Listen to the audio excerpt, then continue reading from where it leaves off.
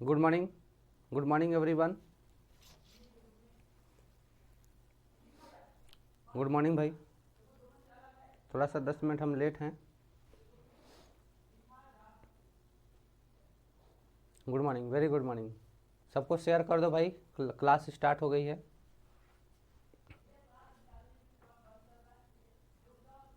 हाँ, very good morning. Arvind Sharma good morning भाई। Isha Kumari good morning. सभी को गुड मॉर्निंग। तो देखो, हमने जैसा कल बताया कि हम फिजिक्स यहाँ पे कवर करेंगे।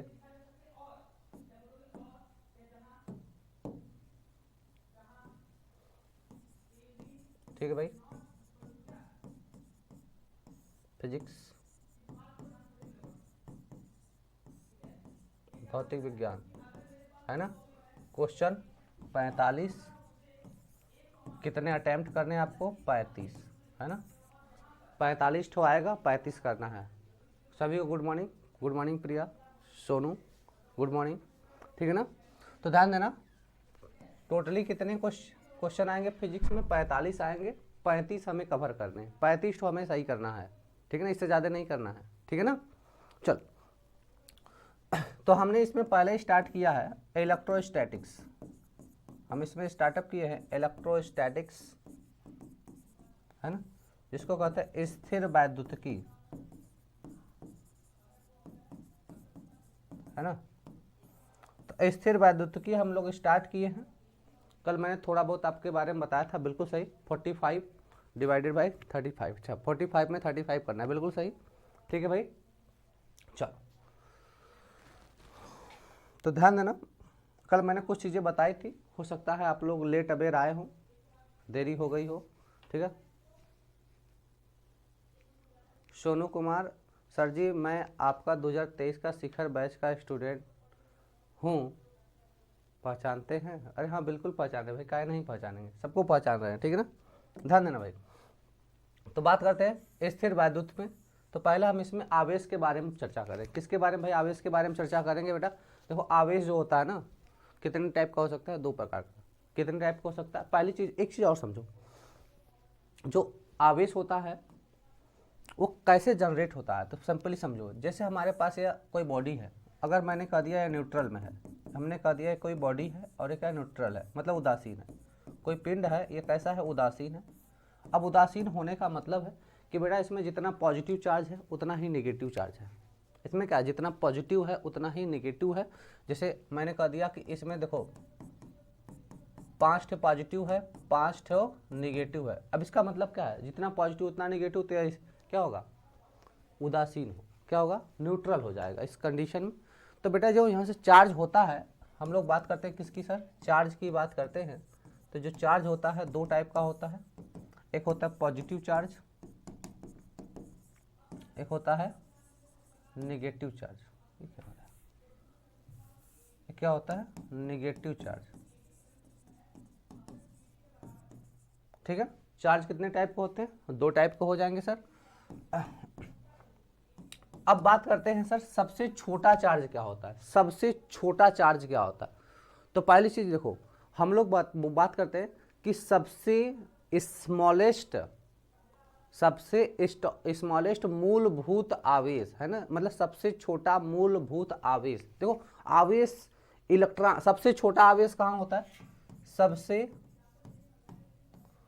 छोटा स्वतंत्र आवेश, स्वतंत्र या फिर कहते हैं मूलभूत, सबसे छोटा मूलभूत आवेश की बात करें तो सर यह ई होता है। कौन होता है? ई। सबसे छोटा और मूलभूत आवेश की बात करेंगे तो कौन होता है? ई होता है। और ई का मान कितना होता है सर? 1.6 गुणे 10 घाते -19 कूलाम का होता है। 1.6 गुणे 10 घाते -19 कूलाम का होता है। बात समझ में आ गया? देखो, छोटा इससे भी होता है, चार्ज इससे भी छोटा। जैसे हम लोग बात कर ले सर, जैसे एक होता है क्या? गुलुआन होता है, गुलुआन, है ना। ठीक है। पाजिट्रान, या फिर हम लोग ऐसे बात करें, क्वार्क की बात कर ले, क्वार्क, है ना। इन सब की बात करेंगे तो इस पर और भी छोटा चार्ज होता है, लेकिन वह फंडामेंटल नहीं होता है ना। तो स्वतंत्र मतलब मूलभूत के रूप में सबसे, मतलब ये फ्री भी तो होना चाहिए ना। तो सबसे स्मॉलेस्ट चार्ज कौन होता है? चार्ज ऑन इलेक्ट्रॉन, जो इलेक्ट्रॉन के ऊपर चार्ज होता है सबसे छोटा चार्ज होता है। अब दूसरी बात करते हैं भाई, तो कुछ इसके पॉइंट्स मैंने कल बताए थे कि भाई इसके कारण वैद्युत क्षेत्र उत्पन्न होता है, चुंबकीय क्षेत्र उत्पन्न होता है ना। अब बात करते हैं चार्जिंग की, बात करते हैं कि हम सर चार्ज कैसे कर सकते हैं, है ना। आवेशन के प्रकार, आवेशन के प्रकार की बात करते हैं, चार्जिंग की बात करते हैं। किसकी बात करते हैं सर? चार्जिंग, है ना। तो पहला होता है चार्जिंग बाय कंडक्शन। पहला क्या होता है? Charging by conduction.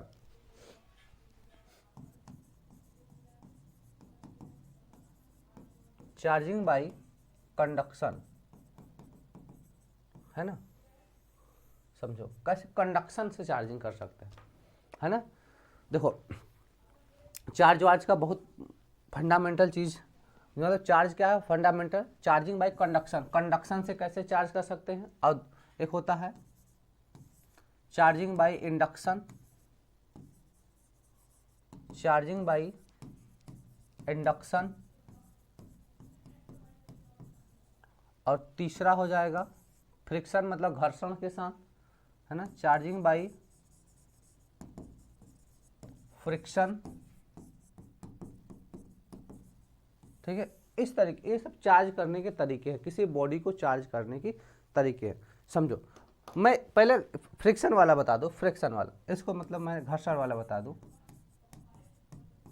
जैसे ना, ध्यान दो भैया, जैसे हम लोग बड़ा बचपन में खेल खेला करते थे, एक पेन ले लेते थे, सर हमको पढ़ाते थे, कक्षा 3-4 में पढ़ाते थे ऐसे कि एक बेटा कंघी ले लो, पेन ले लो, ऐसे कुछ कुछ कुछ कुछ रगड़ो, ऐसे ऐसे रगड़ लिए। रगड़ने के बाद बेटा क्या करते हो, हम छोटे छोटे कागज़ के टुकड़े को ऐसे चिपकाते हैं, छोटे छोटे कागज़ के टुकड़े को चिपकाते हैं, चिपक जाता है। समझ रहा है? ये चिपक जाता है, नहीं समझ में आया? जैसे कंघी को भी ले सकते हो, या किसी पेन को लेकर हम ऐसे बाल में तेजी से ऐसे रगड़ते थे, फिर कागज के छोटे छोटे हल्के हल्के तिनके वाले टुकड़े लेकर ऐसे चिपकाते थे, चिपक जाता था। अरे भैया जब चिपक जाता था तो हम कहते हैं सर हमारे चिपक गया, चुंबक हो गया। इसमें क्या हो गया? मैग्नेटिक चुंबकीय फील्ड है। तो ये किसके कारण आता है? इसमें आवेशन हो गया, चार्ज हो गया, ये बॉडी क्या हो गई, ये क्या होता है? चार्ज हो जाता है। तो इसी को बोलते हैं हम लोग चार्जिंग का सिस्टम। क्या बोलते हैं भाई? चार्जिंग का सिस्टम। और इंडक्शन का मतलब क्या है? इंडक्शन का मतलब बेटा, जैसे हम लोग क्या ले लें, कोई रॉड ले लें, ये हमने कह दिया प्लस आवेशित है, ये क्या है? प्लस आवेशित। हमने कोई रॉड ले लिया, ये कोई क्या प्लस चार्ज इस पर रॉड का है। अच्छा, ये बचपन में ईशा कह रही है कि ये सर बचपन में हम भी किए थे। हाँ हाँ, तो यही सब चार्जिंग का प्रोसेस है ना। तो इसलिए इन सबको मैं बहुत डिटेल में लिखवा पढ़ा नहीं रहा, मैं शॉर्ट में बता के आगे चल रहा हूँ ना। एक बार, लेकिन एक बार याद तो दिला दूँ कि सर ऐसा होता था। तो अब इंडक्शन के साथ करते, इंडक्शन में क्या करते हैं, जैसे हमने रॉड ले लिया, छड़ ले लिया, धन आवेशित छड़ ले लिया, इसके पास हमने एक उदासीन हमने ले लिया, यह हमने क्या ले लिया? उदासीन बॉडी ले लिया, एक उदासीन पिंड ले लिया सर, और एक छड़ ले लिया। इस पर कोनो चार्ज नहीं है। अब कोनो चार्ज नहीं है इसका मतलब समझ रहे हो? जितना धन आवेश उतना ही रहा है। देखो कितना लड़का ऐसे देखते हैं, देखो कलसिया में ऐसे ऑफलाइन में पढ़े हो कि ना, अरे ऐसे देखेगा, अरे हमको देख रही है यार, बड़ा मजा आ रहा है, देख रहे, देख के मजा आता है इसको। तो समझ रहे हो, मतलब एक दूसरे के पास गए नहीं लेकिन काम हो गया, मतलब बिना पास गए चार्ज हो जाना, समझ रहे। तो देखो एक लड़का है, एक लड़की है, देखो कलसिया में, देखो कलसिया में देखा है कि नहीं,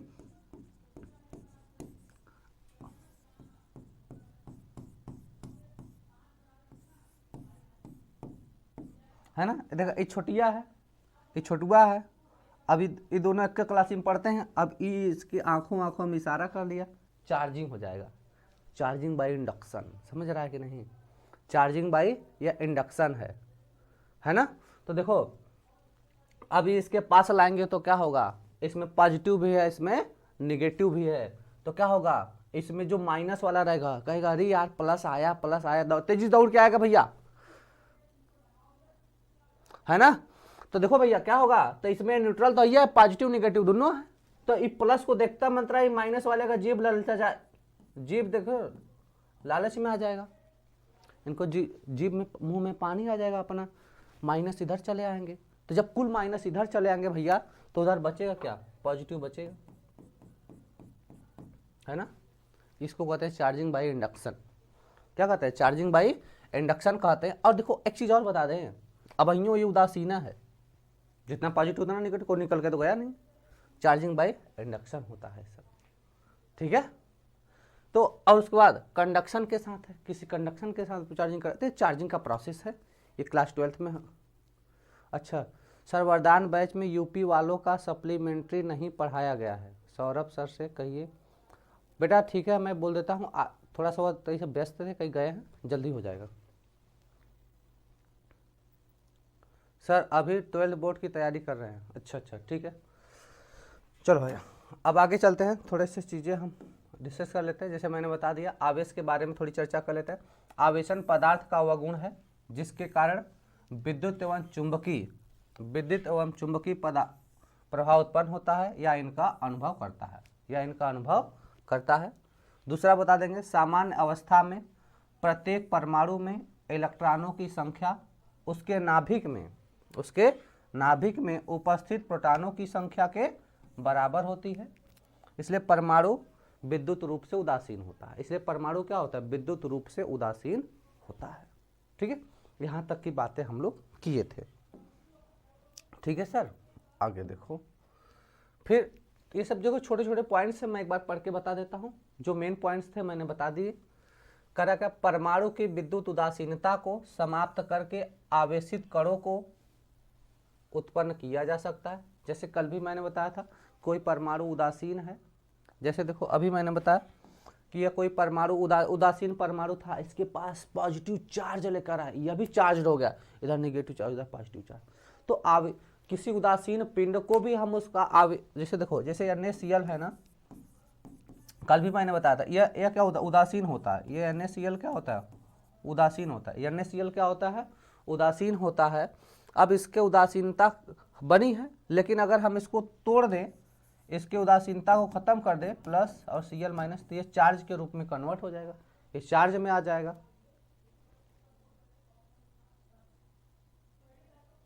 ठीक है ना। बात समझ में आ गया, चलो भाई ध्यान देना। तो उदासीनता, इसलिए परमाणु की विद्युत उदासीनता अच्छा बनी रहती। आगे चलते हैं थोड़ा, हाँ क्या कह रहा है, आवेशित कणों को उत्पन्न किया जा सकता है। इलेक्ट्रॉनों की कमी को धनावेश एवं अधिकता को ऋणावेश कहते हैं। देखो भाई, यहाँ से कहने का मतलब है कि अगर इलेक्ट्रॉन की कमी आएगी तो उसे बोलेंगे धनावेश, अगर इलेक्ट्रॉन की अधिकता रहेगी तो उसे ऋणावेश बोलेंगे। पीछे भी देखो, यह Na+ का मतलब क्या है, इसमें एक इलेक्ट्रॉन की कमी हो गई, यह क्या बना, धनावेश बना। क्या बना भाई, धनावेश, क्लियर। इलेक्ट्रॉन की कमी है और इसमें इलेक्ट्रॉन एक ज्यादा हो गया, इसलिए क्या बना, ऋणावेश बना। क्या बना, ऋणावेश बना। इलेक्ट्रॉन की कमी है और इसमें इलेक्ट्रॉन की अधिकता है, ठीक है ना। चलो आगे चलते हैं। हेलो बनारस मैम, हम तो सेकेंड मीटिंग में बोले हैं।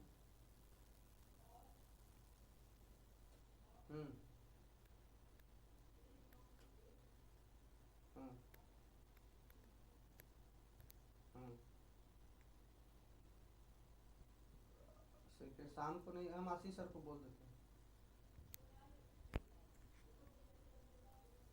अच्छा मैम, थोड़ा क्लास ले रहे, खाली होकर हम आते हैं तो बात करते हैं, ठीक है भाई। चलो आगे थोड़ा सा चलते हैं, ध्यान देना। अगली पॉइंट में बोलेंगे समान प्रकृति के आवेश, समझो।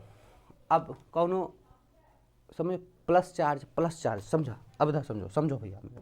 देखो ये पॉजिटिव चार्ज है, जो पॉजिटिव चार्ज है, पॉजिटिव चार्ज में क्या होगा, प्रतिकर्षण होगा। इनके बीच में क्या होगा, प्रतिकर्षण होगा, प्रतिकर्षण।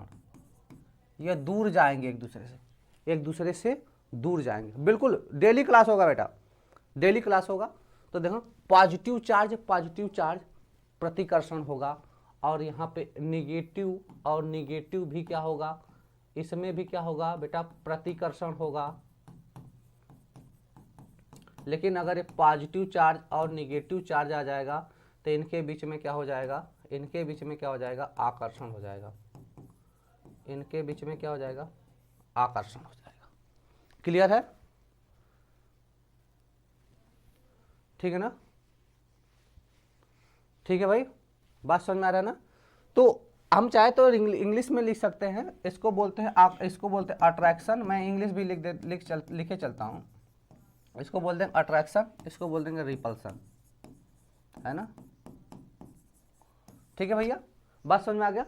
तो हम विपरीत आवेश में आकर्षण होगा, समान आवेश में प्रतिकर्षण होगा। बता लोगे कि नहीं, चल भैया बता लेगा आगे तू सो। तो ये बता दिया, देखो क्या कर रहा है कि समान प्रकृति के आवेश एक दूसरे को प्रतिकर्षित करते हैं एवं असमान प्रकृति के आवेश एक दूसरे को आकर्षित करते हैं।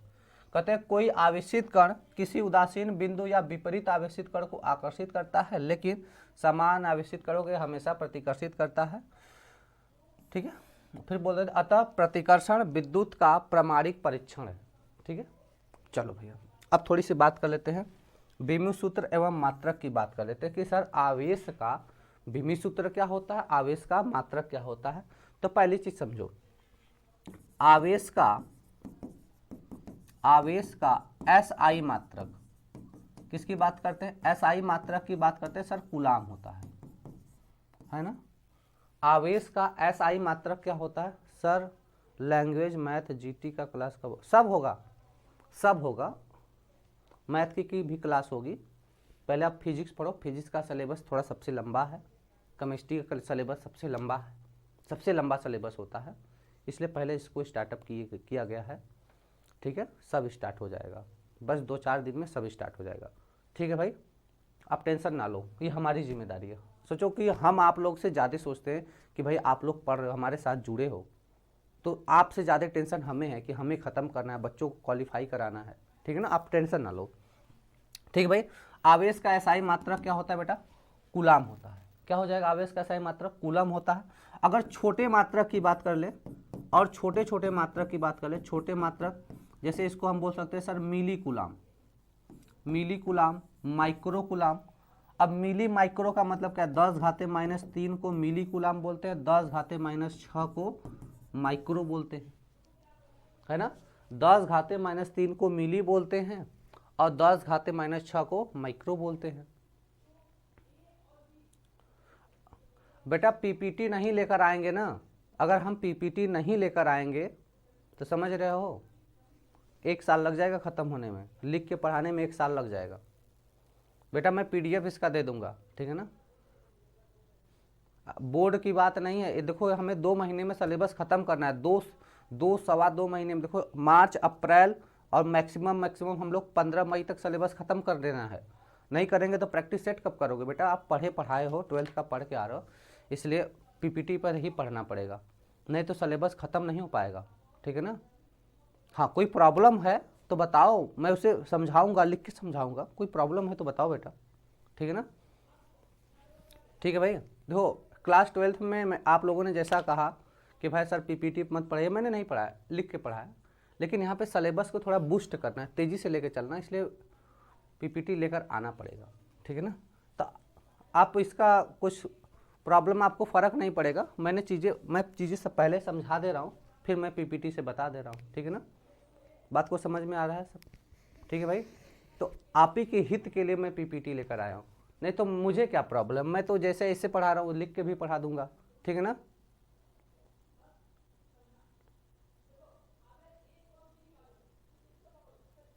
ठीक है ना, ठीक है भाई, चलो ध्यान देना। तो बात कर लेते हैं, आवेश का एसआई मात्रक एम्पियर इंटू सेकेंड मतलब कूलाम होता है, छोटा मात्रक क्या हो जाएगा, मिली कूलाम और माइक्रो कूलाम हो जाएगा। सीजीएस मात्रक की बात कर लेते हैं, तो सर एब कूलाम और स्थायित कूलाम 2 अलग मात्रक होते हैं। आवेश का सीजीएस मात्रक क्या होता है सर, स्थायित कूलाम, और स्थिर वैद्युतिकी में बात करते हैं चुंबकीय वाले में तो एब कूलाम हो जाएगा। अगर स्थिर वैद्युतिकी में बात करेंगे तो स्थायित कूलाम, चुंबकीय वाले में बात करेंगे तो एब कूलाम हो जाएगा। 1 कूलाम बराबर कितना होता है, 3 × 10⁻9। 1 कूलाम बराबर 3 × 10⁻9 स्थायित कूलाम होता है। और इसी के बराबर होता है 1/10 एब कूलाम। ठीक है भाई, बीमी सूत्र की बात करते हैं। ठीक है भाई, यहाँ पे ध्यान देना, जैसे हम लोग जानते, देखो विद्युत धारा है ना, क्या जानते हो, विद्युत धारा I बराबर Q/T, इतना जन्म करता है सब लोग। T का इधर गुणा कर दो, T के इधर गुणा कर दो, T बराबर क्या हो जाएगा IT, कितना हो जाएगा IT हो जाएगा। ठीक है, तो देखो बीमी सूत्र की बात करते, अब धारा का बीमी सूत्र कितना होता है, इसका बीमी सूत्र A होता है, समय का क्या होता है सर T होता है, समय का क्या होता है T होता है। ठीक है ना, तो कितना हो जाएगा, यहां से हम बोल देंगे सर AT, तो इसका बीमी सूत्र क्या हो जाएगा AT हो जाएगा। आवेश का बीमी सूत्र, चार्ज का बीमी सूत्र, डायमेंशन फार्मूला क्या हो जाएगा AT हो जाएगा। ठीक है मेरे भाई, चलो AT हो जाएगा। फिर बात करते हैं आवेश के बारे में, कुछ पॉइंट्स हैं, आवेश के कुछ गुण की बात कर लेते हैं ना, आवेश के गुण की बात कर लेते हैं। किसकी बात कर लेते हैं भाई, आवेश के गुण की बात कर लेते हैं। गुण में क्या बोल देंगे, आवेश स्थानांतरणीय है, आवेश स्थानांतरणीय है मतलब ट्रांसफरेबल है, मतलब आवेश को एक स्थान से दूसरे स्थान तक ट्रांसफर किया जा सकता है। ठीक है, आवेश को एक स्थान से दूसरे स्थान तक ट्रांसफर किया जा सकता है। तो क्या बोलेंगे, आवेश स्थानांतरणीय है, यह एक वस्तु से दूसरे वस्तु की ओर स्थानांतरित हो सकता है। ठीक है, देखो अभी मैंने आपको ट्रांसफर करके भी दिखाया। देखो जैसे देखो अगर दो बॉडी आपस में है, एक पॉजिटिव एक निगेटिव, दोनों को आपस में से रब कर दो, या तो समझो एक में 2 माइक्रोकूलाम का है, एक में 5 माइक्रो का, दोनों को आपस में रब कर दो, देखो दोनों पे चार्ज क्या हो जाता है, सिमिलर हो जाते हैं, चार्ज का यहाँ पे ट्रांसफर हो जाता है। ठीक है सर, चलो आगे देखते हैं। देखो छोटे छोटे पॉइंट्स है, पीडीएफ दिया जाएगा आपको। कहते हैं आवेश सदैव द्रव्यमान से बद्ध रहता है। आवेश सदैव द्रव्यमान से मतलब आवेश के पास द्रव्यमान होता है, मतलब आवेश अगर हुआ है तो उसके पास द्रव्यमान होगा, लेकिन यह जरूरी नहीं है कि द्रव्यमान है तो आवेश होगा। द्रव्यमान के होने पर आवेश जरूरी नहीं है, क्योंकि उदासीन भी तो हो सकता है। क्यों भाई, जितना पॉजिटिव उतना निगेटिव, तो उदासीन हो जाएगा। तो आवेश अगर है तो द्रव्यमान जरूर होगा, लेकिन यह जरूरी नहीं है कि द्रव्यमान है तो आवेश होगा।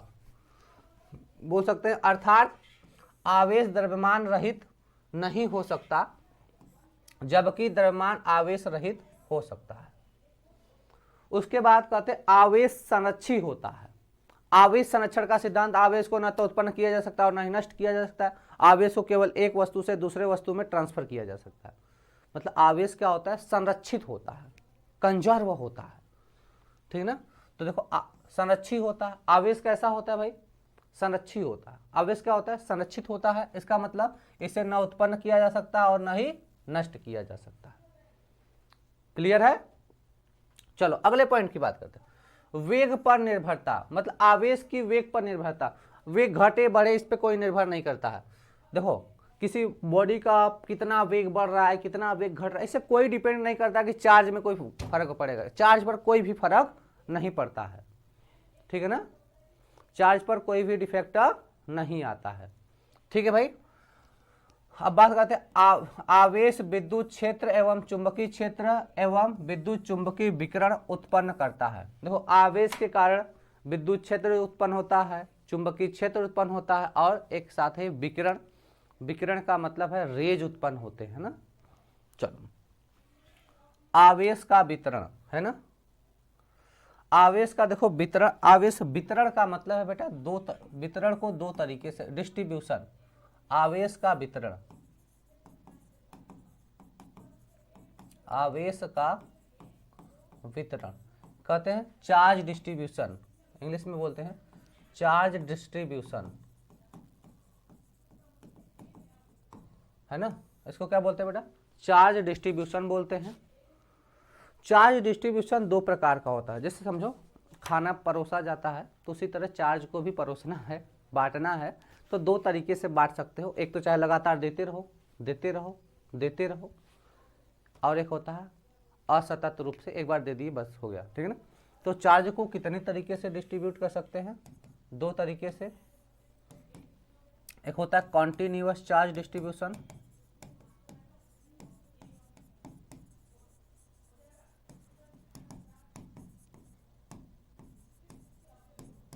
एक होता है डिसकॉन्टिन्यूअस।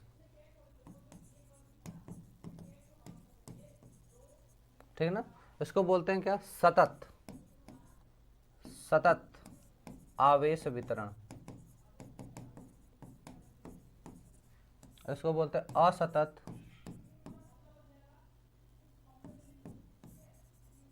सतत आवेश वितरण। ठीक है, दो तरीके से चार्ज को डिस्ट्रीब्यूट किया जाता है, एक होता है सतत आवेश वितरण, एक होता है असतत आवेश वितरण। ठीक है भाई, तो असतत में मतलब समझ रहे हो कि किसी भी तरीके से रैंडमली, कभी 2 कूलाम, कभी 5 कूलाम, कभी 10 कूलाम, कुछ भी दे दिए किसी बॉडी को, उसे बोलते हैं असतत। लेकिन बेटा यहाँ पे सतत आवेश वितरण की बात करेंगे तो यह 3 प्रकार का पढ़ेंगे, 3 प्रकार का पढ़ेंगे। जैसे किसी रॉड में या किसी रेखा में, है ना, किसी, अरे एमसीक्यू टेस्ट है सर, अच्छा, अरे भाई होगा, अभी जैसे थोड़ा सा मैं पढ़ा लूँ, इस पे क्वेश्चन कराएंगे, आ रहे क्वेश्चन भी लेकर आएंगे, सब लेकर आएंगे। ठीक है ना, तो देखो जो सतत आवेश वितरण होता है 3 प्रकार का होता है, एक होता है लीनियर चार्ज डिस्ट्रीब्यूशन, एक होता है लीनियर चार्ज डिस्ट्रीब्यूशन, इसको कहते हैं रेखीय आवेश वितरण, रेखीय आवेश वितरण। सर इसको आप लोग जानते होंगे कि लैम्डा से दिखाते हैं, किससे दिखाते हैं, लैम्डा से दिखाते हैं। दूसरा बोलते हैं पृष्ठीय आवेश वितरण, इसको इंग्लिश में बोलते हैं surface charge distribution, charge distribution. पृष्ठीय आवेश घनत्व या पृष्ठीय आवेश वितरण, इसको हम लोग किसे पृष्ठीय आवेश घनत्व सिग्मा से दिखाते हैं। ठीक है ना, उसके बाद होता है volume charge distribution, volume charge distribution,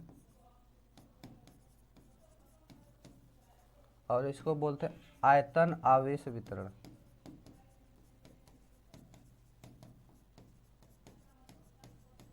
इसको रो से दिखाते हैं, किससे दिखाते हैं भाई, रो से, है ना। हाँ, तीसरा आयतन आवेश वितरण, बिल्कुल सही है। ठीक है भाई, 3 तरीके से आवेश वितरण किया जाता है, लैम्डा होता है, सिग्मा होता है, रो होता है। कहते हैं जब किसी तार में या किसी क्षण में एक समान रूप से आवेश को वितरित किया जाता है तो इसे बोलते हैं रेखीय आवेश वितरण, तथा इसमें इलेक्ट्रॉन घनत्व बोलते हैं रेखीय आवेश घनत्व लैम्डा। इलेक्ट्रॉन के घनत्व को क्या बोलते हैं, रेखीय आवेश घनत्व, या आवेश घनत्व को बोलते हैं रेखीय आवेश घनत्व लैम्डा। कहते हैं जब किसी पृष्ठ या किसी सतह पर आवेश को एक समान रूप से वितरित किया जाता है तो इसे बोलते हैं पृष्ठीय आवेश घनत्व, और इसे सिग्मा से दिखाते हैं। ठीक है, उसके बाद बोलते हैं वॉल्यूम चार्ज। कहते हैं जब किसी घन में क्यूब में, है ना, किसी का जिसका आयतन होता हो, तो कहते हैं जब किसी घन में आवेश को एक समान रूप से वितरित किया जाता है तो इसे आयतन आवेश वितरण कहते हैं। इसमें आवेश के घनत्व को आयतन आवेश घनत्व कहते हैं, इसे रो से प्रदर्शित करते हैं, है ना। चलो थोड़ी सी चीजें, तो पहला हो जाएगा असतत आवेश वितरण। कहते हैं इस प्रकार के वितरण में बहुत शोर नहीं, यहाँ पे क्या हो गया, बहुत सारे आवेश अलग अलग उपस्थित होते हैं। अलग अलग मतलब कहीं 2 आवेश है, कहीं 4 आवेश है, कहीं 10 आवेश है, कहीं 20 आवेश है, मतलब कोई कांस्टेंट नहीं है कि मतलब एक रैंडम नहीं रहता, मतलब कोई सीरीज नहीं रहती है, मतलब इनरेगुलर तरीके से। जैसे मान लो कि आवेश का डिस्ट्रीब्यूशन हो रहा है, मान लो यहाँ पे हमने कह दिया यहाँ पे 2 कूलम का है, यहाँ पे 5 कूलम का है, कहीं पे 7 कूलम का है, ऐसे होता है। मतलब इनका कोई फिक्स क्राइटेरिया नहीं रहता है, एक समान रूप से वितरित नहीं होते, कहाँ कितना आवेश होगा कोई आइडिया नहीं रहता है, तो इसको हम लोग बोलते हैं असतत आवेश वितरण। फिर बात करते हैं सतत आवेश वितरण की बात करते हैं। कहते हैं इस प्रकार के वितरण में किसी वस्तु पर आवेश एक समान या असमान रूप में वितरित रहता है। यह वितरण 3 प्रकार का होता है। यह वितरण कितने प्रकार का होता है? 3 प्रकार का होता है। पहला पढ़ेंगे सर रेखीय आवेश वितरण। पहला क्या पढ़ेंगे? रेखीय आवेश वितरण, जिसको मैंने बताया लीनियर चार्ज डिस्ट्रीब्यूशन, जिसको मैंने इंग्लिश में बताया है आपको पीछे, लीनियर चार्ज डिस्ट्रीब्यूशन। कहते हैं रेखीय वस्तु पर आवेश, उदाहरण के लिए कह रहा है आवेशित सीधी तार पर आवेशित वृत्ताकार वलय इत्यादि। लैम्डा इक्वल टू क्या होगा? तो हम लोग बताते आवेश बटे लंबाई। कहते हैं जब किसी तार में, एक समान तार की लंबाई में अगर आवेश को समान रूप से वितरित किया जाता है तो इसे बोलते हैं रेखीय आवेश वितरण। और इसमें आवेश के घनत्व को क्या बोलते हैं? रेखीय आवेश घनत्व। और इसे लैम्डा से दिखाते हैं तो क्या हो जाएगा? लैम्डा बराबर आवेश बटे लंबाई, इसको बोलेंगे रेखीय आवेश घनत्व बोलेंगे। मात्रक क्या हो जाएगा? तो SI मात्रक हो जाएगा कूलाम प्रति मीटर। SI मात्रक क्या हो जाएगा सर?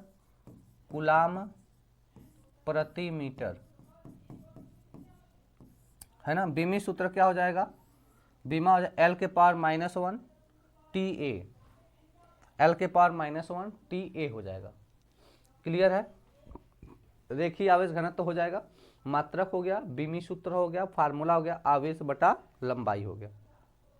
ठीक है सर, चले अगला पे। चलो अगला चलते हैं।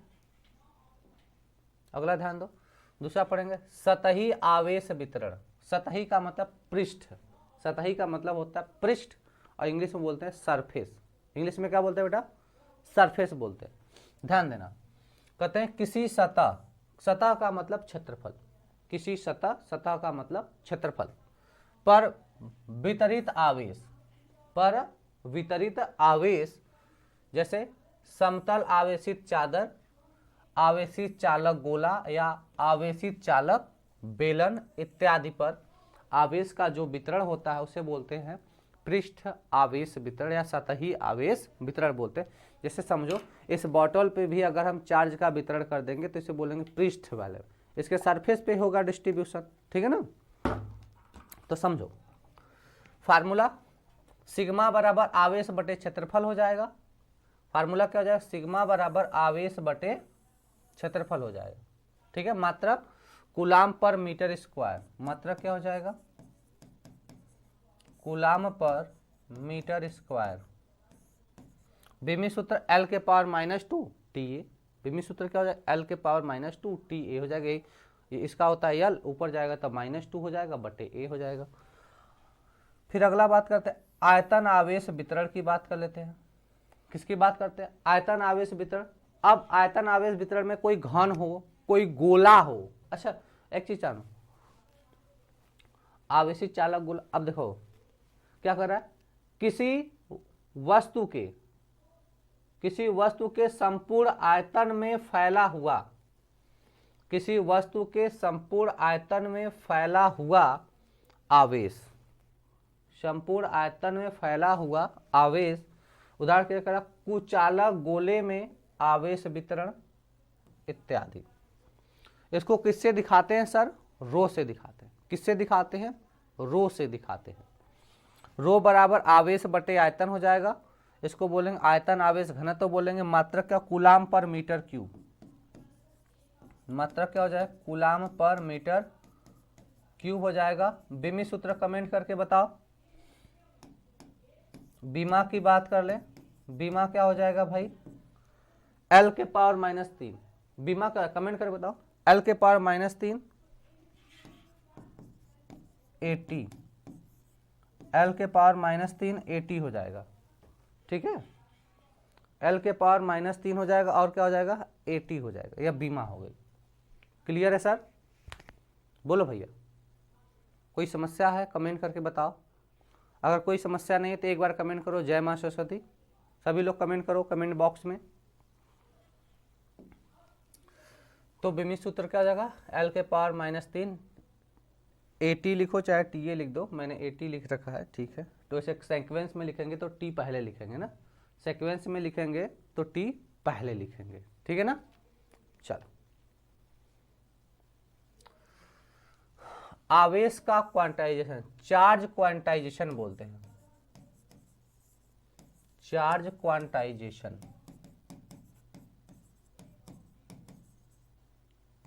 Charge quantization.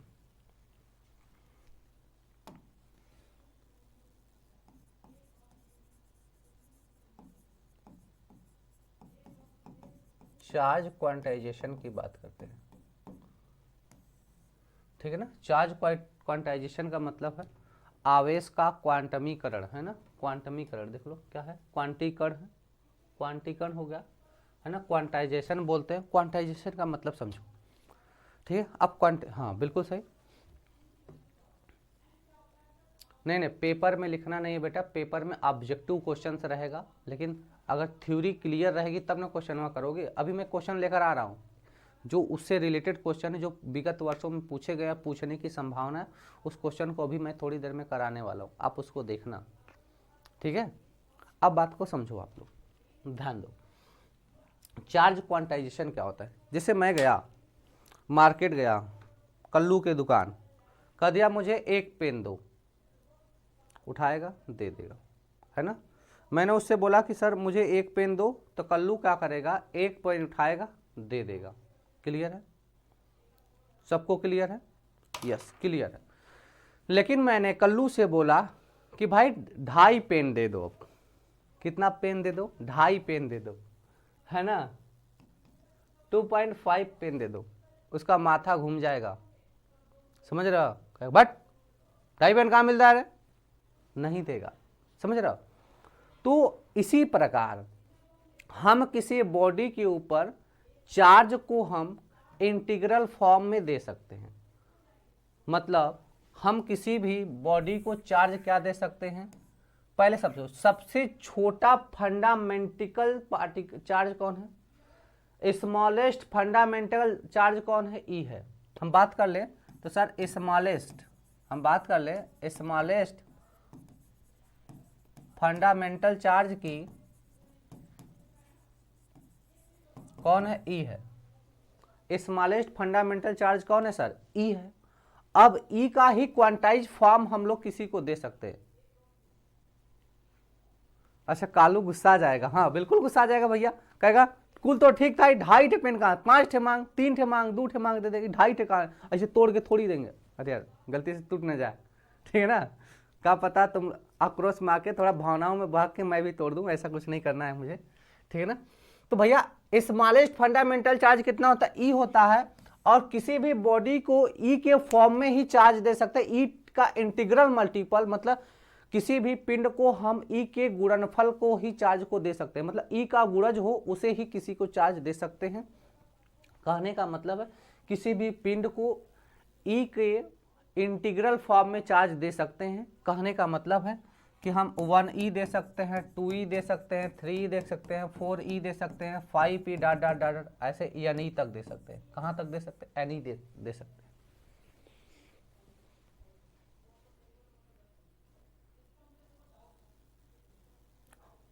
हाँ बिल्कुल सही, इलेक्ट्रॉन हमेशा किसी पूर्ण संख्या का गुणज होगा, जो कि चार्ज है वो किसी पूर्ण संख्या का क्या होगा, गुणज होगा।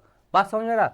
तो हम क्वांटाइज फॉर्म में दे सकते हैं, मतलब कि इंटीग्रल इंटीजर नंबर का गुणनफल होगा, जो चार्ज है वह इंटीजर नंबर का गुणनफल होगा, है ना। इतना सबके समझ में आ गया।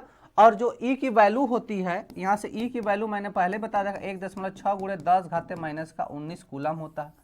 तो आप इसी के गुणज में ही किसी को चार्ज दे सकते हो। मतलब कल्लू कहेगा भैया देख, बात सुन ले सीधी सीधी, चाहे तू 1 पेन ले, चाहे 2 ले, 3 ले, 4 ले, 5 ले, चलेगा। ये आधा वाला यहाँ काम नहीं होता है, आधा टुका वाला काम नहीं होता, पूरा का पूरा मिलेगा, पूरा डब्बा ले ले चलेगा, समझ रहा है।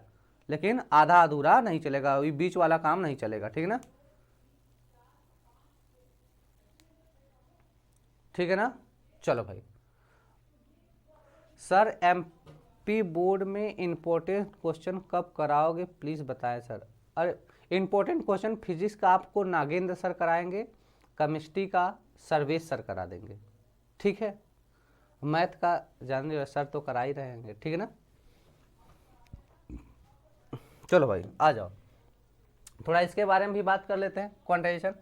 कहते हैं जब एक भौतिक राशि सभी मानों को ग्रहण करके केवल विभक्त, विभक्त मतलब डिस्क्रीट, विभक्त डिस्क्रीट मतलब अलग अलग, डिस्क्रीट मतलब क्या होता है अलग अलग, इसको डिस्क्रीट को दूसरी भाषा में लिखते हैं, इसको बोलते हैं सर अलग अलग, है ना, अलग अलग मानों को ही ग्रहण करती है, अलग अलग मानों को ही ग्रहण करती है, तो राशि को क्वांटीकृत कहा जाता है, तो राशि को क्वांटीकृत कहा जाता है, मतलब कह सभी प्रकार के आवेशों को ग्रहण करेगा, मतलब सभी प्रकार की भौतिक राशि को ग्रहण करेगा, लेकिन वो क्या करेगा, सभी ग्रहण करती है, जो राशि को क्वांटीकृत कहलाता है, मतलब केवल विभक्त मतलब केवल अलग अलग, डिस्क्रीट मतलब भिन्न होता है।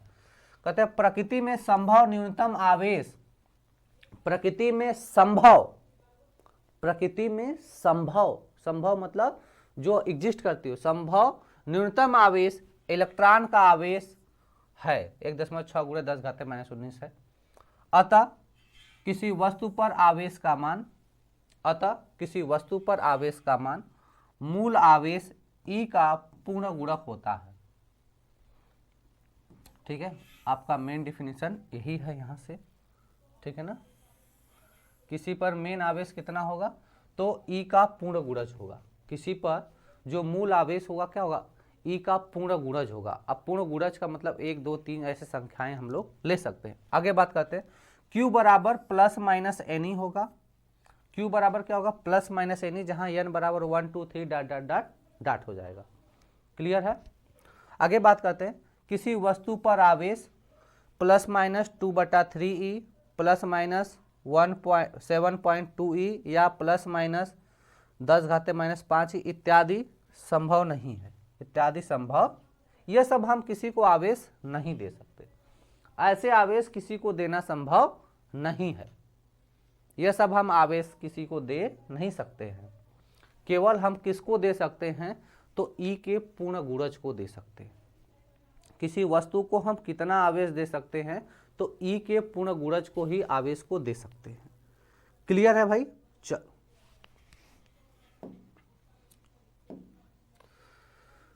अब कूलाम के नियम की बात करते हैं, लेकिन कूलाम के नियम से पहले सर कुछ क्वेश्चन हो जाए, कूलाम के नियम से पहले सर कुछ क्वेश्चन हो जाए।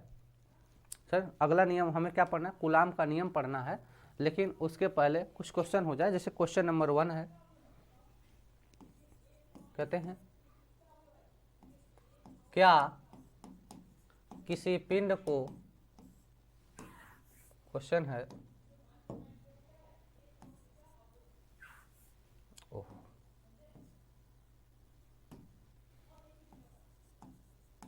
क्या किसी पिंड को 8 × 10⁻⁻19 कूलाम आवेश दे सकते हैं।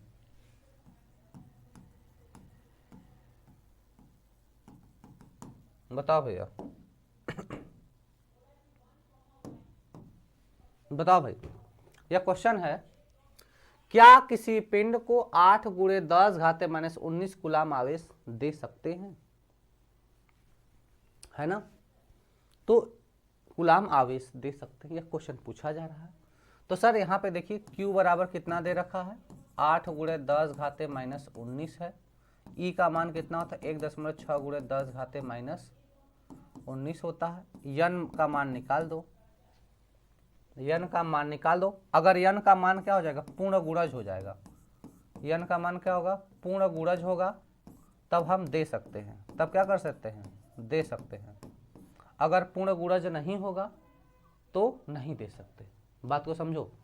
अगर N का मान पूर्णांक पता मिल जाएगा, N का मान क्या मिल जाएगा, पूर्णांक मिल जाएगा, तो हम यह आवेश दे सकते हैं। अगर N का मान पूर्णांक नहीं मिलेगा तो यह आवेश नहीं दे सकते। तो निकालते हैं सर, Q बराबर NE, तो N बराबर Q/E कितना, 8 × 10⁻⁻19 बटे 1.6 × 10⁻⁻19, 19 से खचक मर गया, 10⁻19 10⁻19 मर गया, 16 पंजे 80, तो N बराबर कितना आ गया, 5। अरे वाह, हाँ यस, दे सकते हैं, दे सकते हैं भैया। तो क्या यह किसी को आवेश दे सकते हैं? यस, बिल्कुल दे सकते हो, क्योंकि यन का मान क्या मिला? पूर्णांक मिला। क्या मिला? पूर्णांक मिला। क्लियर है मेरे भाई? चलो अगले क्वेश्चन की बात करते हैं। अगला क्वेश्चन आप लोग बताएंगे, देखो लिखेंगे आवेश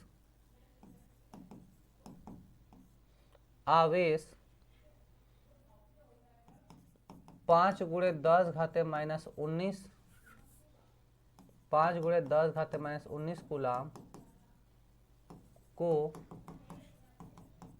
किसी पिंड को दिया जा सकता है। पिंड को दिया जा सकता है।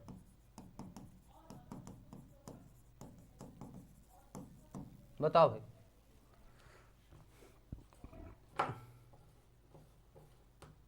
अच्छा sir we can give, okay okay okay, आप देख सकते हैं because n is the integer, because n is the integer, ठीक है ना।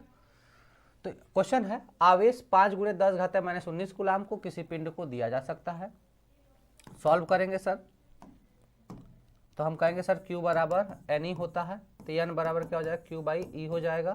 कितना हो जाएगा? 5 गुणे 10 घाते माइनस का 19 बटे 1.6 गुणे 10 घाते माइनस का 19, 10 घाते माइनस 19, 19 कट जाएगा सर। N बराबर कितना हो जाएगा? 5 बटे 1.7। देखो पूर्णांक नहीं आएगा, मतलब नहीं दे सकते, नहीं दे सकते, नहीं दे सकते, ठीक है सर। क्वेश्चन आपको आ रहा है, आप लोग के समझ में आ रहा है क्वेश्चन? ऐसे क्वेश्चन को आप लोग कर लोगे? बोलो मेरे भाई, कर लेगा कि नहीं? हाँ कर लेगा, ठीक है, बिल्कुल सही। चलो भाई अगला हमें पढ़ना है, अब हेडिंग पढ़ना है क्या? कूलाम का नियम। क्या पढ़ना है सर? कूलाम का नियम पढ़ना है। क्या पढ़ना है? कूलाम का नियम। हाँ बिल्कुल सही। 5 गुणे 10 घाते माइनस 19 को नहीं दे सकते क्योंकि यह पूर्णांक नहीं आ रहा है, मतलब पूर्ण गुणज नहीं है।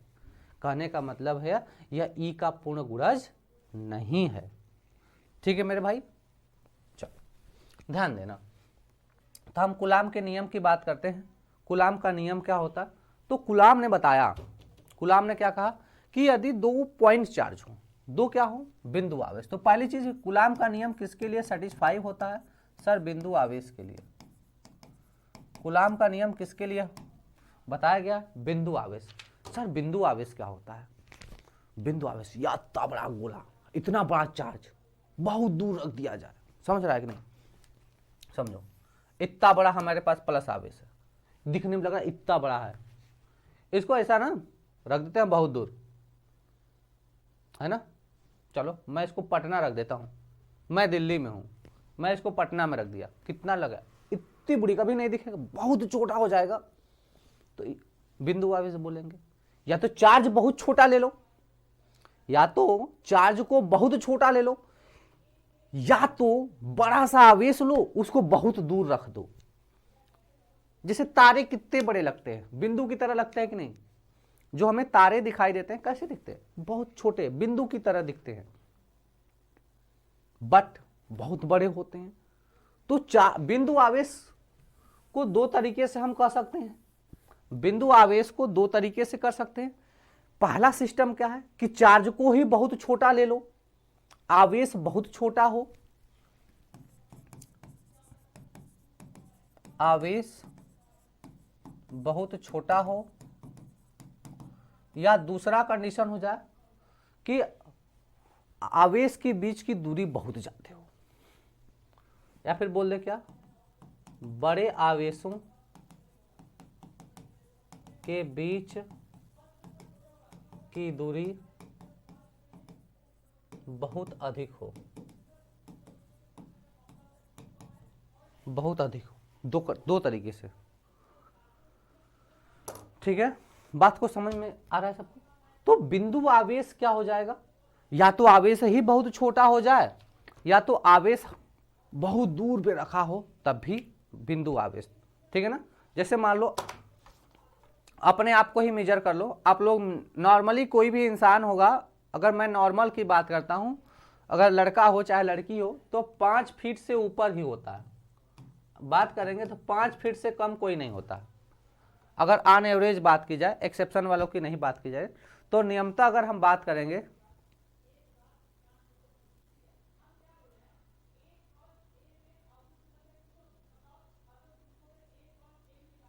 ठीक है ना, बात को समझो।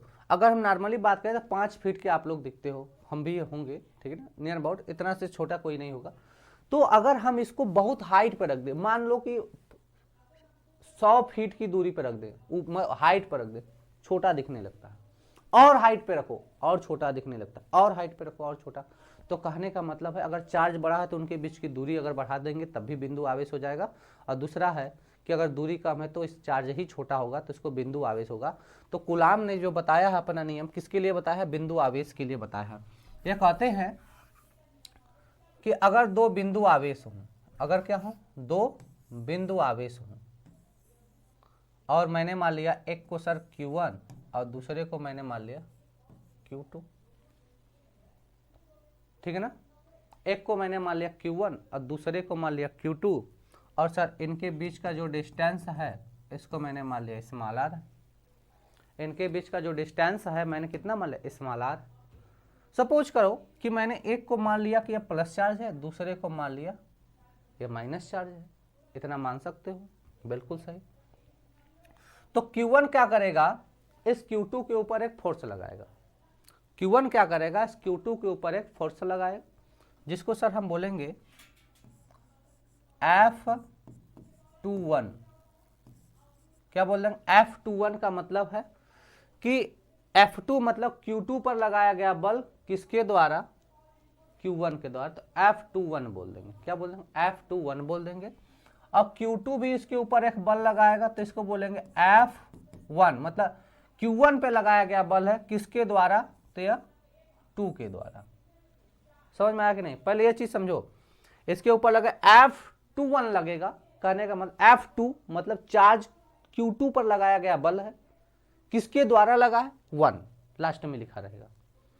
और Q1 के ऊपर एक बल लगाएगा, जिसे Q2 लगाएगा तो बोलेंगे F1 मतलब Q1 पर लगाएगा बल है किसके द्वारा? 2 के द्वारा, चार्ज Q2 के द्वारा। ठीक है सर। तो यहां से कूलम ने बताया, जो कूलम है, कूलम साहब बताते हैं कि दोनों चार्जों के बीच में जो लगने वाला बल है वह दोनों चार्जों के गुणनफल के समानुपाती होगा। यह दोनों आवेशों के बीच में जो लगने वाला आकर्षण बल है या प्रतिकर्षण बल, दोनों के बारे में बताया है इन्होंने कि भाई इनके बीच में आकर्षण भी बल लग सकता है, आकर्षण बल भी लग सकता है और प्रतिकर्षण बल भी लग सकता है। क्यों सर? अगर समान चार्ज होंगे तो प्रतिकर्षण, विपरीत चार्ज होंगे तो आकर्षण होंगे। तो इनके बीच में जो लगने वाला आकर्षण या प्रतिकर्षण बल है, मतलब F जो है, वह दोनों चार्जों के गुणनफल के समानुपाती, दोनों आवेशों के गुणनफल के समानुपाती, मतलब Q1 Q2, यह प्रोपोर्शनल टू Q1 Q2। और दूसरी पॉइंट में यह कहते हैं कि इनके बीच में जो लगने वाला बल है यह इनके बीच की दूरी के वर्ग के व्युत्क्रमानुपाती, दोनों आवेशों के बीच की दूरी के वर्ग के व्युत्क्रमानुपाती होता है, मतलब F बराबर 1/r²। ठीक है, दोनों F के प्रोपोर्शनल है, कंबाइन करेंगे तो क्या मिलेगा sir? F proportional to Q1 Q2 by r² हो जाएगा, Q1 Q2 बाई r² हो जाएगा। प्रोपोर्शनलिटी साइन हटाते हैं सर, कांस्टेंट आता है K, Q1 Q2 by r², क्या हो जाएगा? Q1 Q2 बाई r² हो जाएगा। ठीक है सर। अब ध्यान देना, तो कहते हैं सर K बराबर क्या होता है? 1/4πε0 होता है। K बराबर कितना होता है? 1/4πε0, और इसकी वैल्यू होती है 9 × 10⁻⁹। इसकी वैल्यू कितनी होती है? 9 × 10⁻⁹ होता है। ठीक है, और ε0 का मान कितना होता है? 8.85 × 10⁻⁻12। ठीक है ना, ये चीजें होती हैं। ठीक है। इसको वहाँ पे जब प्लेस कर देंगे तो कितना हो जाएगा, एफ बराबर 1/4 pi epsilon naught Q1 Q2 by R square, यह हो जाएगा। ठीक है भाई। अब देखो दूसरी चीज है कि हम उसको वहां पे कदू कैलकुलेशन को हमें आसान बनाना है, तो हम काहे की इसको रखेंगे, के लेके चलेंगे, के भी काहे लेके चलेंगे, तो हम यहाँ पे देखो सिमिलरली हम चाहे तो ऐसे भी यूज कर सकते हैं कि सर एफ बराबर 9 × 10 का power 9 Q1 Q2 by R square, यही वाला फॉर्मूला हम लोग यूज करते हैं। अगर इसका हम सदिश रूप लिखें, क्या लिखते हैं भाई, सदिश रूप, वेक्टर फॉर्म लिखें, वेक्टर फॉर्म। तो पहले हम बात करते हैं एकांक सदिश क्या होता है, समझना सब लोग, क्लास 11th वाली बात है। क्लास 11th से वैसे यहाँ पे कुछ भी नहीं पढ़ना है, लेकिन कुछ चीज़ें हैं जिसकी ज़रूरत है तो उसको समझो थोड़ा। हम एक बात करते हैं सर एकांक सदिश क्या होता है, इंग्लिश में बोलते हैं सर यूनिट वेक्टर, है ना। एकांक सदिश को हम क्या बोलते हैं सर, यूनिट वेक्टर। क्या बोलते हैं, यूनिट वेक्टर बोलते हैं। ऐसा सदिश जिसका परिमाण एक हो, एकांक सदिश कहलाता है, आप लोग भी जानते हो। ऐसा सदिश जिसका परिमाण केवल कितना हो, एक हो। तो सर हम इसे किससे दिखाते थे, ए कैप से दिखाते थे, बस बोलते हैं सर वेक्टर ए बटे मॉड ऑफ वेक्टर ए बोलते हैं, या फिर मतलब बोल सकते हैं वेक्टर ए अपान ए, केवल ए बोलेंगे। केवल ए लिखने का मतलब है सर परिमाण ही है, केवल ए लिखने का मतलब क्या, परिमाण ही है। अब ध्यान देना यहाँ पे कि अगर हमें वेक्टर में लिखना है तो यह हमें एकांक सदिश चाहिए, क्योंकि यही किसको बताता है, दिशा को बताता है। यह किसको बताता है, दिशा को बताता है, डायरेक्शन को बताता है। यह किसको इंडिकेट करता है सर, डायरेक्शन को इंडिकेट करता है। तो हमें डायरेक्शन लिखना पड़ेगा, बिल्कुल सही है, डायरेक्शन तो हमें चाहिए। तो हम करते क्या है सर, तो एफ बराबर, वेक्टर एफ बराबर लिखते हैं, के लिख दें या 9 × 10 का पावर 9 Q1 Q2 बटे, देखो अगर ए कैप लिखोगे, क्या लिखोगे, ए कैप लिखोगे तो यहाँ पे लिख दें क्या, आर स्क्वायर बटे ए कैप लिख दें। यह वेक्टर फॉर्म में हो गया, या किस फॉर्म में हो जाएगा, वेक्टर फॉर्म में हो जाएगा। अब हम लोग अब R A vector A cap न लिख के हम आर लिखेंगे, क्योंकि डिस्टेंस ए लिए, आर लिए हैं तो आर कैप लिख देंगे। क्या लिख देंगे भाई, आर कैप लिख देंगे। अब देखो दूसरी चीज समझो, आर कैप की वजह वैल्यू प्लेस करेंगे तो क्या हो जाएगा सर, एफ बराबर, वेक्टर एफ बराबर के Q1 Q2 बटे R cube into R vector, ऐसे भी लिख सकते हैं। या आर कैप की वैल्यू, आर कैप की वैल्यू अगर हम आर कैप की बात करें तो वेक्टर आर अपान आर हो जाएगा। तो देखो जब इसको रखोगे तो आर, आर स्क्वायर ख्याउर आर आएगा तो आर क्यूब हो जाएगा। क्या हो जाएगा, आर क्यूब हो जाएगा। उसके बाद यहाँ पे आर वेक्टर बचेगा, ठीक है ना। चलो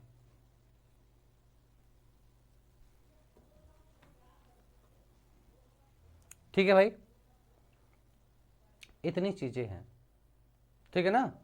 चलो अब आ जाओ, यहाँ पे हम लोग देखते हैं कूलाम का नियम।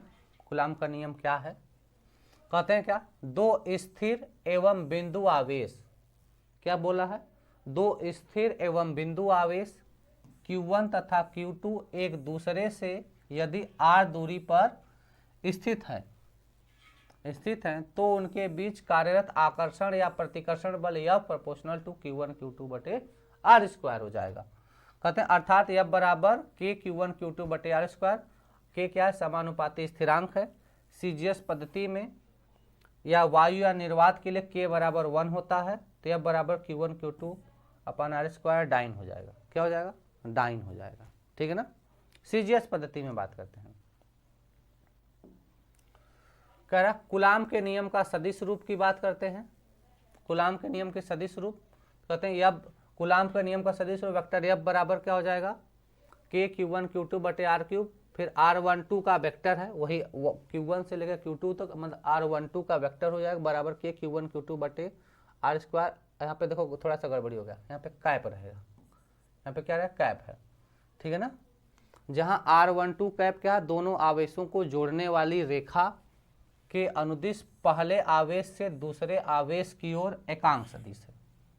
पहले आवेश से दूसरे आवेश की ओर एकांक सदिश है, जो कि मैंने पहले बता दिया, ठीक है। माध्यम का प्रभाव पड़ते हैं, माध्यम का प्रभाव पड़ते हैं। ध्यान देना, कहते हैं माध्यम का क्या प्रभाव पड़ेगा। तो समझो माध्यम का मतलब है जैसे वायु लेंगे तो पहली चीज, एक चीज यहाँ पे और समझो, समझने वाली चीज है ना। समझो जैसे अगर हम बात करते हैं कि भाई जो एप्साइलन है, या फिर देखो दो चीजें हैं, एक के बराबर क्या है 1/4 पाई एप्साइलन नॉट है, यही। तो एप्साइलन नॉट को मैं न लेकर मैं एप्साइलन लूँ तब वो चलेगा, है ना। और इससे रिलेटेड है यफ, इससे रिलेटेड क्या है यफ है, इससे रिलेटेड है यफ। अब समझो अगर हम एप्साइलन का मान बढ़ाएंगे, अगर हम एप्साइलन का मान बढ़ाएंगे तो क्या होगा, के का मान घटेगा, के का मान क्या होगा घटेगा। क्लियर है। चलो के का मान क्या हो जाएगा घट जाएगा, तो इस समय बल का मान क्या होगा, यह भी क्या होगा घट जाएगा। पहली चीज समझ में आ गया। अब के को क्या कहते हैं, माध्यम की वैद्युतशीलता कहते हैं। के को क्या कहते हैं, माध्यम की वैद्युतशीलता कहते हैं। क्या होती है, माध्यम की वैद्युतशीलता होता है, ठीक है। और सॉरी के को, सॉरी एप्सिलॉन को क्या बोलते हैं, माध्यम की वैद्युतशीलता। या क्या होता है परावैद्युतांक होता है ना। यह क्या होता है माध्यम की वैद्युतशीलता, माध्यम की वैद्युतशीलता बोलते हैं। और के को क्या बोलते हैं परावैद्युतांक बोलते हैं। के को क्या बोलते हैं भाई परावैद्युतांक बोलते हैं। क्लियर है। के को क्या बोल देंगे हम लोग परावैद्युतांक बोल देंगे। क्लियर। और एफ क्या हो जाएगा यहाँ पर बल, ठीक है।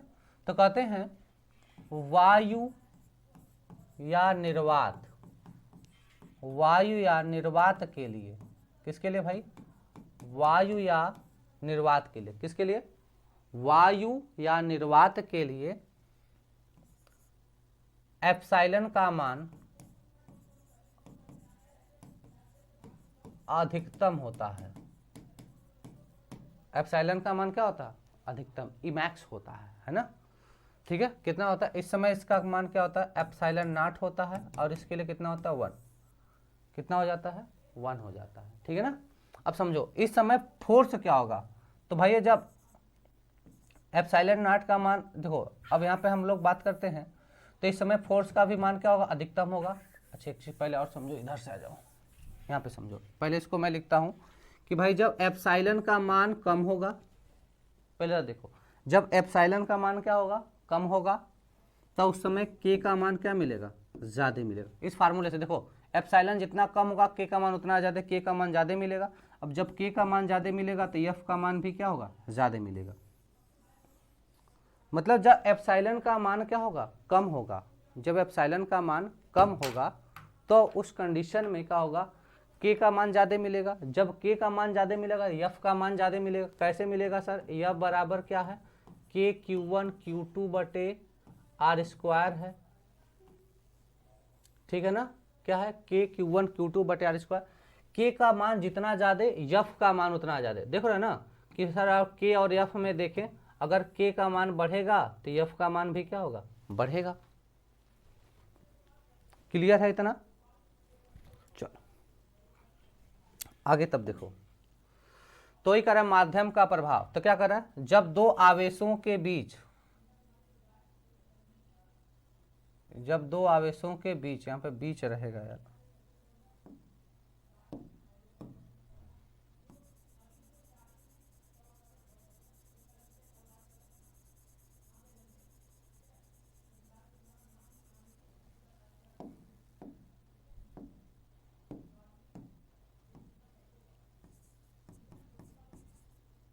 जब दो आवेशों के बीच परावैद्युत माध्य पूर्ण रूप से, माध्यम रहेगा परावैद्युत माध्यम पूर्ण रूप से भर दिया जाता है, तो इनके मध्य कार्यरत बल के मतलब परावैद्युतांक गुणक से घट जाता है, के गुणांक से घट जाता है। क्या कह रहा है भाई जब दो आवेशों के बीच परावैद्युत माध्यम पूर्ण रूप से भर दिया जाता है तो इनके मध्य कार्यरत बल के गुणांक से घट जाता है। मतलब जितना बढ़ाएंगे उतना ही के क्या होगा, घट जाता है। फिर कहते हैं अध्यारोपण का सिद्धांत। ए भाई अब देखो अध्यारोपण का सिद्धांत क्या होता है, जैसे किसी पिंड पर बहुत सारे बल काम कर रहे हैं, ढेर सारे आवेश हैं, तो पूरे निकाय का, जैसे समझो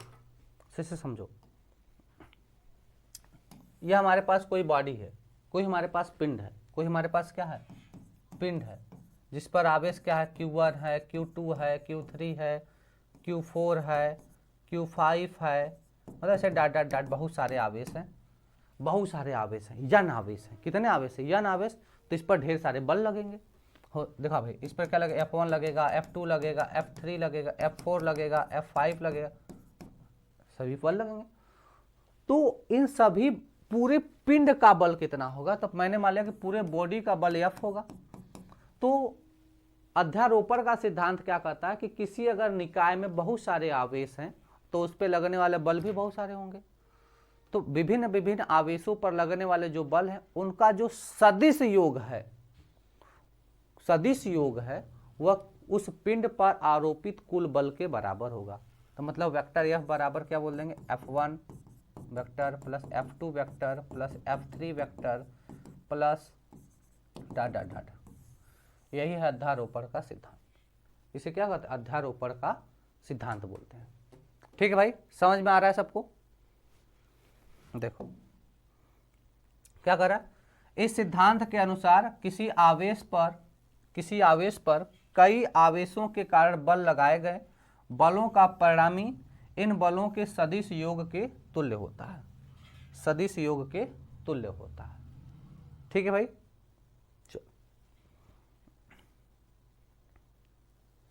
यह देखो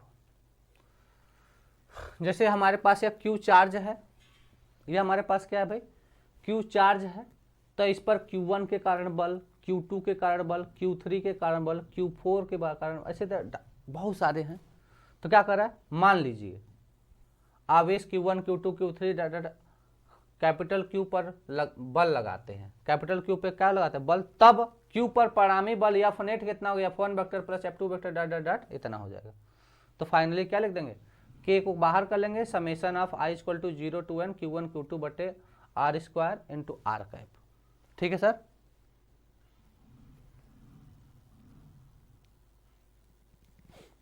भाई कूलाम का नियम दो चार्ज पर होता है, कूलाम का नियम तो केवल कितने, दो ही चार्ज पर होगा।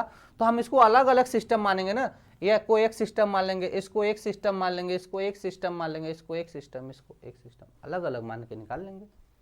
ठीक है, ठीक है भाई। तो कल आते हैं तो पहले इस पर क्वेश्चन कराते हैं, कल के सेशन में शुरुआत में इस पर क्वेश्चंस हो जाएंगे, फिर उसके आगे चला जाएगा। ठीक है, ठीक है भाई, चल तो कल फिर से मॉर्निंग में मिलते हैं 7:30 बजे, इसके क्वेश्चंस फिर इसके आगे चलेंगे। ठीक है ना, और क्वेश्चंस वही होंगे जो एग्जाम में आते हैं। ठीक है ना, एक्सपेक्टेड क्वेश्चन होंगे। ठीक है भाई, कोई प्रॉब्लम हो तो आप कमेंट कर सकते हो।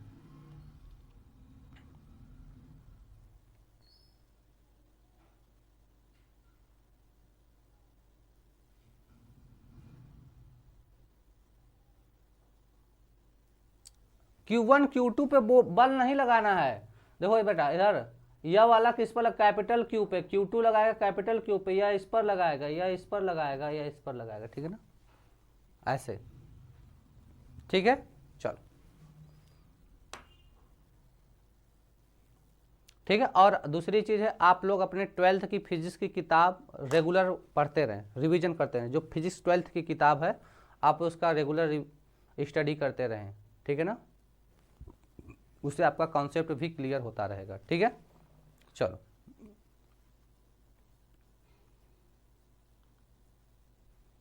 क्लास को ओवर किया जाए।